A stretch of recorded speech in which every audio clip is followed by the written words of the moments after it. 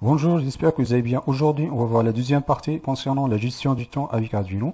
Nous avons vu dans la première partie la fonction delay et la fonction delay microseconde. Donc, les deux fonctions permettent de générer des temporisations soit en millisecondes, soit en microsecondes. En revanche, nous avons vu que ces deux fonctions bloquent le déroulement du programme. Donc là, on va voir deux autres fonctions supplémentaires qui vont permettre de manipuler le temps, donc de compter le temps, donc soit en millisecondes, soit en microsecondes, mais en arrière-plan. C'est-à-dire ils n'ont aucune influence sur le programme principal. Donc on dispose de deux fonctions, la fonction millis et la fonction micros. Donc la première fonction, qui est la fonction micros, c'est la fonction qui compte le temps en microsecondes. Donc il retourne une variable sur 32 bits non signés. Donc autrement dit, la plage d'utilisation, c'est 2 à la puissance 32 microsecondes. Autrement dit, 71,58 minutes. C'est-à-dire, la fonction, il compte le temps en microsecondes. Lorsqu'ils arrivent à 2 à la puissance 32 moins 1, elle remise à 0. Donc, c'est-à-dire, il a une plage de, il y a un compteur il y a un compteur qui compte de 0 secondes jusqu'à 71,58 minutes. Puis, elle revient à 0. Donc, la deuxième fonction, c'est la fonction millis. C'est exactement, elle retourne une variable. Il retourne une valeur non signée sur 32 bits. Donc autrement dit, on a une valeur de 2 à la puissance 32 moins 1 millisecondes qui correspond à 49,61 jours. Autrement dit, cette fonction, il compte de 0 jusqu'à 49,61 jours, puis il revient à 0. On va passer maintenant à la précision des deux fonctions. Donc ici, il y a la fonction micros et la fonction millis. Donc on doit utiliser un programme qui va permettre déjà d'afficher le compteur, la valeur de retour de la fonction millis et micros. Ensuite, la deuxième partie du programme sera dédiée à la mesure de la précision des deux fonctions. Donc on doit commenter cette partie-là. Donc on va passer au programme principal. Donc ici, on aura besoin de 4 variables. Donc la variable qui mesure le temps en microsecondes, il y a l'ancienne valeur et la nouvelle valeur. Ensuite, pour le milliseconde, la même chose, donc l'ancienne valeur et la nouvelle valeur. On a un signed long. Un signed long, c'est-à-dire 32 bits non signés. Donc on a besoin d'une interface série pour afficher la valeur du compteur, donc la valeur de temporisateur, des deux temporisateurs. Donc ici, on va initialiser la valeur initiale, donc l'ancienne valeur, on va l'initialiser durant l'exécution du programme. Parce que les deux temporisateurs, ils commencent dû la mise sous tension de microcontrôleur. Donc on aura besoin de ces deux variables-là pour mesurer la précision des deux fonctions. Donc ici, ce qu'on va faire, on va faire un appel en boucle. Donc on va lire la valeur de microsecondes, donc le nombre de périodes en microsecondes, dans la variable new values. La même chose en millisecondes. Ensuite, on va afficher les deux valeurs. Donc on va afficher la valeur en microsecondes. Ensuite, en même temps, on va afficher la valeur en millisecondes, puis on va multiplier par 1000. Donc on va multiplier par 1000 pour faire correspondre les valeurs en millisecondes et celles de microsecondes. Donc pour faire correspondre les deux compteurs. Donc on va compiler le programme.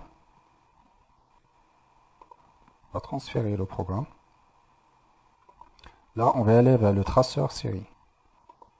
Donc vous voyez ici, les deux valeurs sont parfaitement... ici, il y a deux courbes. Il y a le courbe de millisecondes et en microsecondes. Et la valeur ici, c'est le nombre de microsecondes. Ici, il y a 6 secondes, 7,5, 8 secondes. Voilà, 10 à la puissance 7, autrement dit 12 secondes. Et ça monte. Donc le compteur, ça monte au fur et à mesure que le temps passe. Donc il y a une astuce, on va voir tout de suite. Donc pour réinitialiser le compteur, il y a une façon de faire. Donc il suffit d'appuyer sur le bouton de réinitialisation. Donc on va appuyer sur le reset. Et là, le compteur, le programme, il y a la mise de... les deux compteurs commencent encore à 0. Donc la même chose. Voilà, le compteur là, ça compte. Ça compte en microsecondes. Donc les deux fonctions. Voilà. On va passer maintenant à la deuxième partie qui consiste à mesurer la précision des deux fonctions.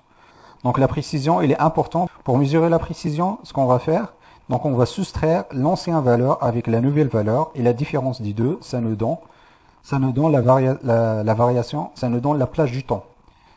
Donc du moment où on exécute les mêmes instructions tout le temps, donc on doit avoir un temps qui est fixe. Donc le temps d'exécution de ces instructions en boucle, c'est fixe.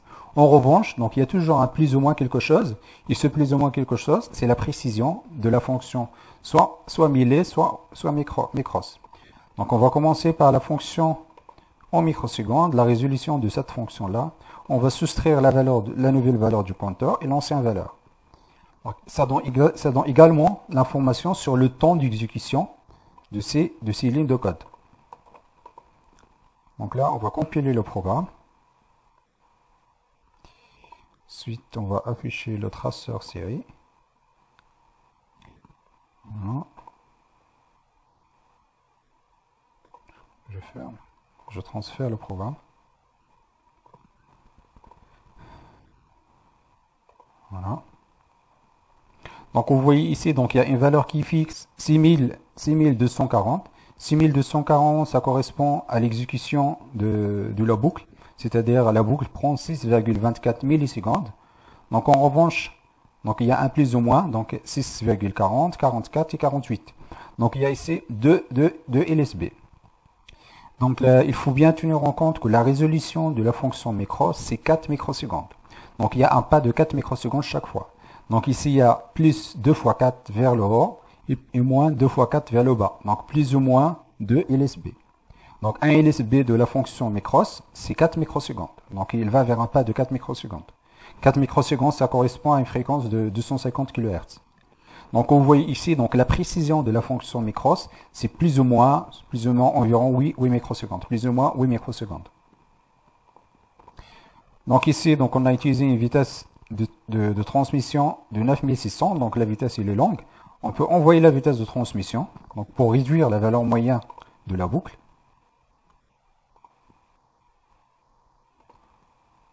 On va passer au traceur série.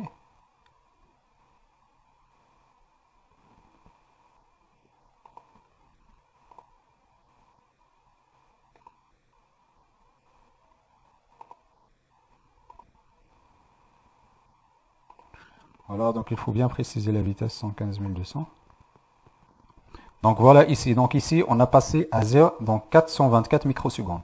Donc l'exécution de toute la boucle. Donc ici, donc ça dure 424 microsecondes. Donc on voit ici, donc il y a 28 et 32. Il y a plus de LSB. Un LSB, c'est 4 microsecondes.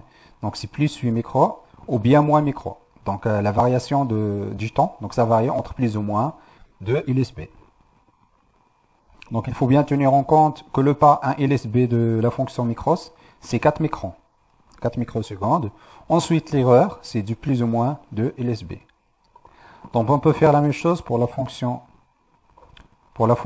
millis. Donc on va mettre une vitesse plus longue, 9600. Donc ensuite, on va commenter sur ligne de commande. On va afficher celui-là. Voilà. Transférer le programme. Traceur série. On va mettre 9600. Donc on voit ici, donc on a un temps de 3 millisecondes. Donc la boucle, ça prend 3 millisecondes. Ensuite ici, donc on a environ plus de millisecondes de plus. Donc la fonction millis, donc elle compte le temps en millisecondes. Donc ici, on a un pas vers le haut de 2 millisecondes. Un LSB, c'est 1 milliseconde. Donc la précision de la fonction, c'est 1 milliseconde. Par contre, l'erreur, donc là, ici, on voit l'erreur juste vers le haut, c'est-à-dire juste il y a un plus de LSB, c'est-à-dire 2 millisecondes. Donc là, à retenir, donc la fonction micros, donc il a un pas de 4 microsecondes. Donc on peut compter le temps en 4 microsecondes avec une erreur de plus ou moins 8 microsecondes. Donc la fonction millis, donc ça compte le temps en millisecondes avec un pas de 1 milliseconde avec une erreur de plus de millisecondes. Donc l'avantage de ces deux fonctions-là, donc ça ne bloque pas la boucle qui s'exécute en arrière-plan. Donc traceur série. Voilà. Donc pour initialiser le compteur, donc il suffit d'appuyer sur le reset du microcontrôleur pour initialiser le compteur. Donc on verra dans une vidéo comment ordonnancer les tâches. Par exemple, si vous avez un ensemble de tâches que vous voulez faire dans la journée. D'ailleurs, on va mettre à jour les deux fonctions pour avoir une fonction soit milice, une fonction milice genre qui travaille en 24 heures. C'est-à-dire pour chaque 24 heures, ils seront mis à zéro. Donc on a une journée qui se répète tout le temps. Ensuite, on peut définir des tâches, par exemple, à midi, donc vous lancez la mise en marche de machine. Donc le soir, par exemple, dans les heures de creuse, par exemple, on peut définir des tâches, par exemple la mise en marche de chauffage, etc. Donc vous pouvez ordonnancer un ensemble des tâches dans la journée, donc qui s'exécutent, mais d'une façon non bloquante. C'est-à-dire chaque tâche, lorsque le temps arrive, il s'exécute. Donc ça va transformer la carte Arduino en un système de gestion de tâches, donc de gestion de temps, avec une précision de l'ordre de 4 microsecondes. J'espère que vous avez bien compris. Si vous avez des questions, des propositions, n'hésitez pas à les mettre en commentaire. Je vous remercie de votre attention. À la prochaine vidéo.